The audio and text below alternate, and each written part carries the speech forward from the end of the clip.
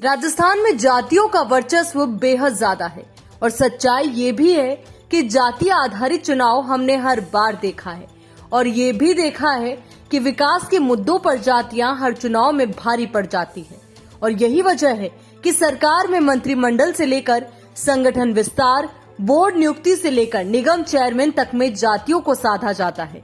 और इसकी तर्ज पर बीजेपी ने अब जो रणनीति बनाई है, उस रणनीति के जरिए बीजेपी ने 2023 को जीतने की तैयारी कर ली है।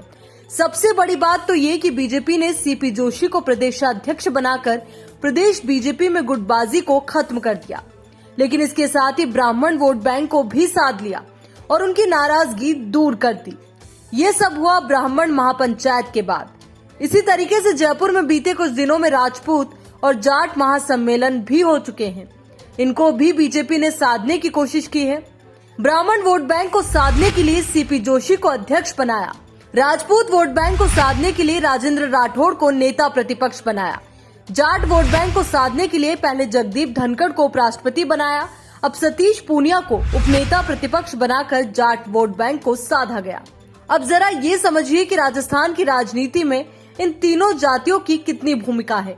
अगर 2011 की जनगणना पर ध्यान दिया जाए तो फिर समझ में आता है कि राजस्थान की कुल आबादी में ब्राह्मणों की आबादी 7% है, गुर्जर और राजपूतों की आबादी 9% के आसपास है, जबकि कुल आबादी में जाटों की आबादी 12% है।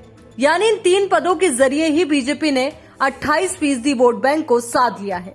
इसके अलावा दलित वोट बैंक के लिए अर्जुन राम मेघवाल पहले से ही कैबिनेट में मंत्री हैं, राजपूत वोट बैंक के लिए गजेंद्र शेखावत और जाट वोट बैंक के लिए कैलाश चौधरी कैबिनेट में हैं। यानी बीजेपी ने सोशल इंजीनियरिंग करना शुरू कर दिया है। अब सवाल यह है कि क्या गहलोत की योजनाओं से बीजेपी की जाति की राजनीति जीत पाएगी?